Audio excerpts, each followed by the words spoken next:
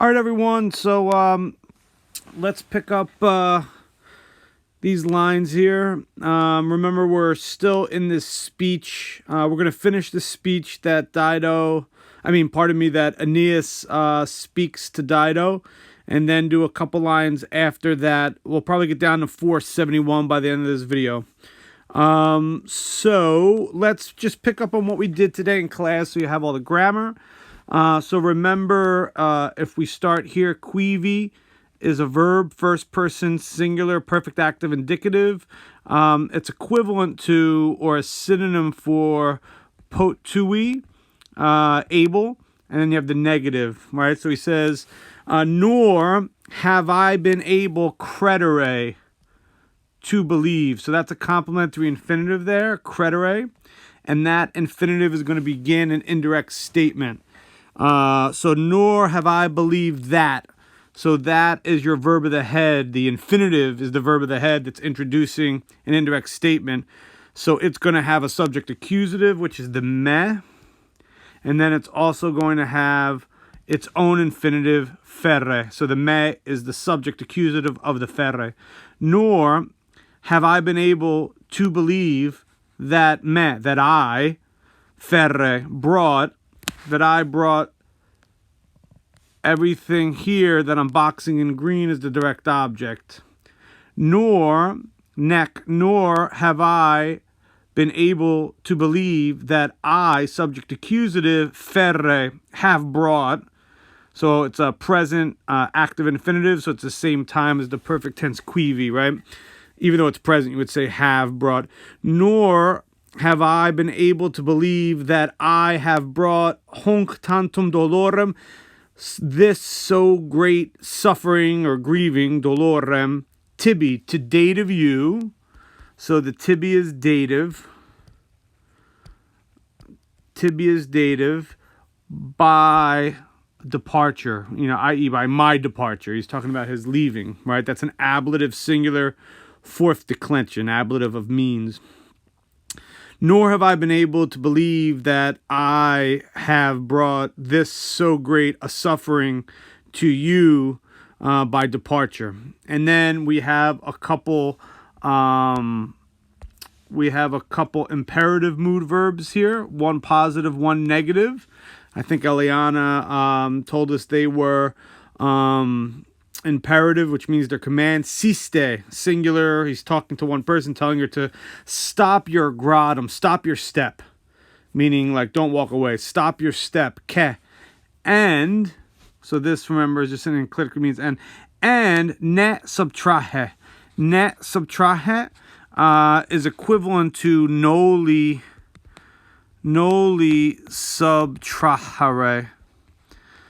So that's like the real like normal textbook way to do a negative imperative, but ne subtrahe is like a poetical way to do it. So stop the step, or your step. I mean, there's no your.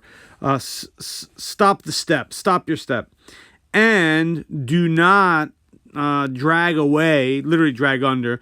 Do not drag away. Te, yourself. This te is the direct object here, right? This te is your direct object. That's what he's telling her not to drag away. And do not drag away yourself from our aspectu, from our sight. It's ablative of separation. And the nostro, it's plural, because remember, Aeneas is being guided through the underworld by the Sibyl, who is a prophetess of Apollo at Cumae. Remember, that's like where he goes into the underworld. Cumae is like right south of Naples in Italy, so he's actually in Italy at this point. And he says, quem fugis, this is where we end it. We'll talk about it tomorrow. Whom are you fleeing? He asks her a question, quem being an accusative interrogative pronoun. Whom are you fleeing? Reminds me of when Mercury asks Aeneas, what are you building? Whom are you fleeing? And then he ends his speech by saying, hoc est, this is. So this is the beginning of it. This is extremum. This is equal to being the last, meaning the last accusative thing. This is the last thing, fatto, by fate, ablative of means. This is the last thing by fate, quod, a relative pronoun, which I address to you, which I speak to you. So he's done talking to her, right? And then we move on, and we see, again, you have to go verb hunting to make sense of this stuff, right? So, lenibat, which really should be leniebat, and we'll talk about, it's just a metrical thing. He couldn't have the leniebat, because you can't do like a long, and then a short, so like it wouldn't work. We'll talk about it tomorrow. Siebat, so two different verbs, right? And obviously this ke is going to separate them, right? So Aeneas is the subject. So Aeneas, leniebat, Aeneas, soothing. That's what leniebat, yes, soothing, was soothing, imperfect, was soothing.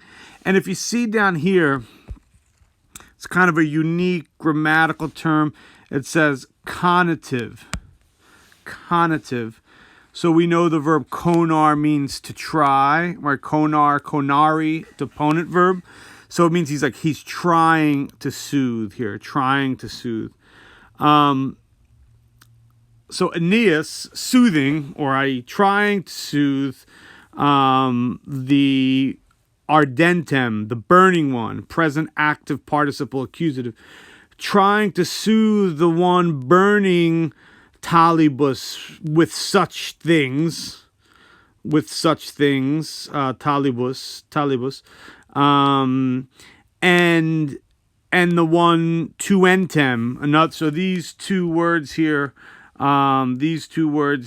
are active participles. They're both accusative because they're what he's trying, or whom. It's a person, right? It's Dido, whom he's trying to soothe. So Aeneas trying to soothe the one burning with such things, and tuentem is a verb tueor, which means like glaring, like looking, glaring. Glaring at torva. Now, torva is accusative, plural, neuter. It's what she's looking at. Grim things, grim accusative plural things. That's the direct object. So I hope that makes sense. I'll go over in a second.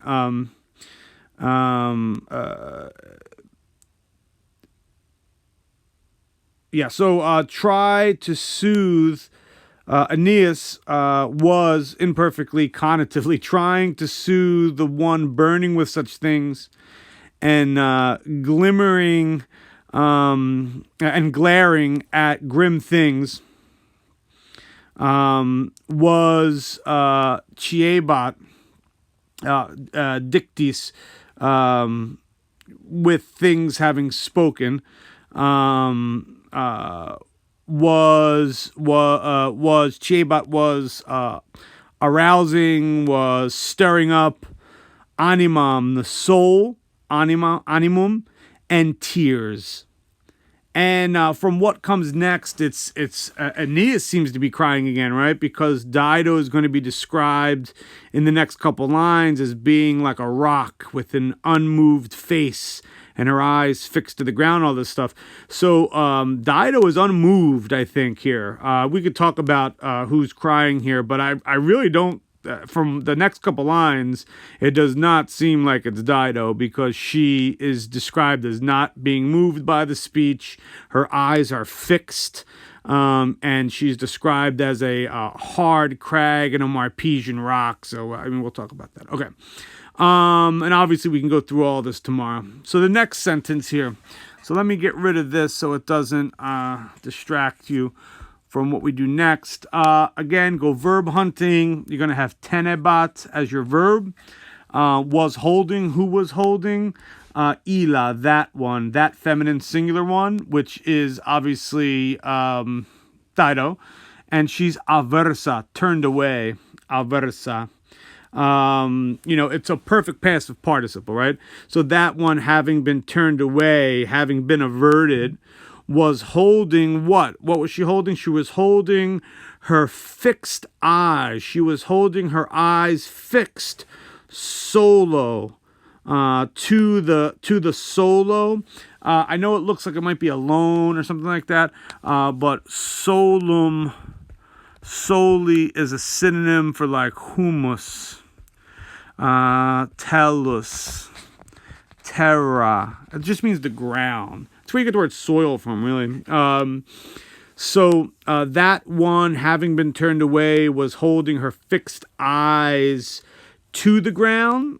Maybe like a dative of reference, holding was holding her eyes fixed in reference to the ground, or you could say the by the ground, like the ground was the thing that was causing her eyes to be held down, like almost like a magnetism. I probably think it's dative, but it's not totally clear. Neck, nor. And then you have this ablative absolute embedded in here. Nor incepto sermone, nor with the speech incepto, nor with the speech having been begun. Having been begun. It's kind of weird because he just ended the speech, right? But nor with the speech having been begun. It's probably meaning like since it began until now. But I mean, what it literally means is having been begun. Nor with the speech having been begun,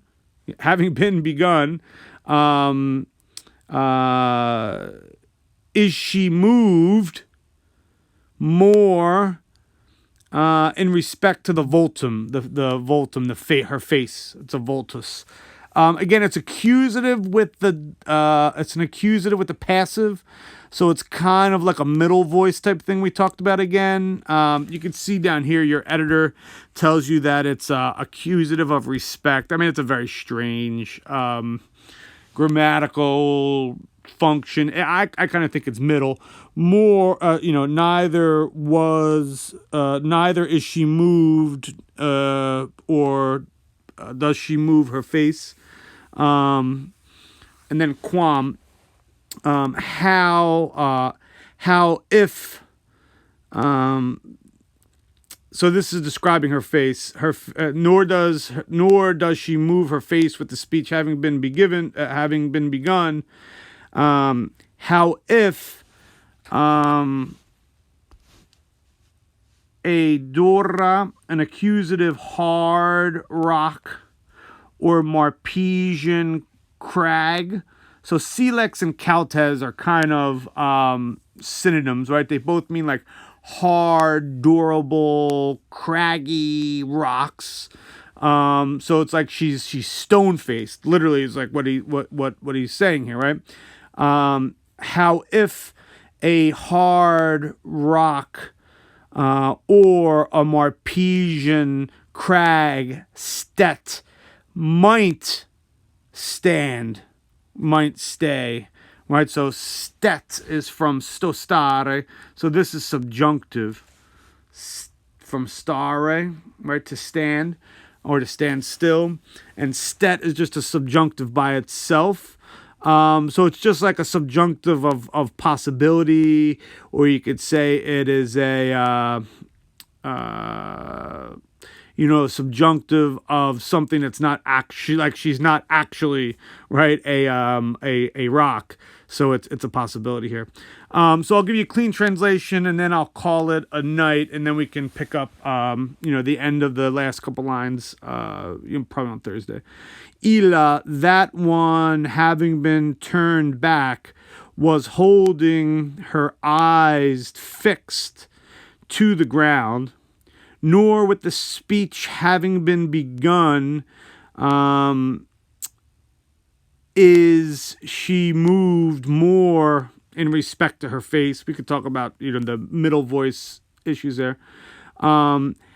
How if or as if, that's probably a better way to do it, Quamsi, as if a hard rock or Marpesian crag might stand. Marpesia was a region that was famous for it's like craggy, cliffy, rocky geography and topography. So I hope that makes sense to you all. So we will indicatively will, as a fact, talk about this tomorrow. But, I just want to make sure that you have a little bit of help going through these lines in addition to what we do in class. So, as always, you guys are the best. Keep it up. It's amazing that we're able to still do Virgil and the Aeneid as distance learning and in this kind of strange context. So I have a lot of respect for you all, and obviously a lot of love for you all, and I miss you all. I'm going to call it a night tonight. Hopefully you get a chance to either watch this evening or tomorrow before class. If not, you'll have it for the future to help you when you're doing translations, or maybe if I ask you to do some homework or something. All right, so I'm signing off. See you tomorrow.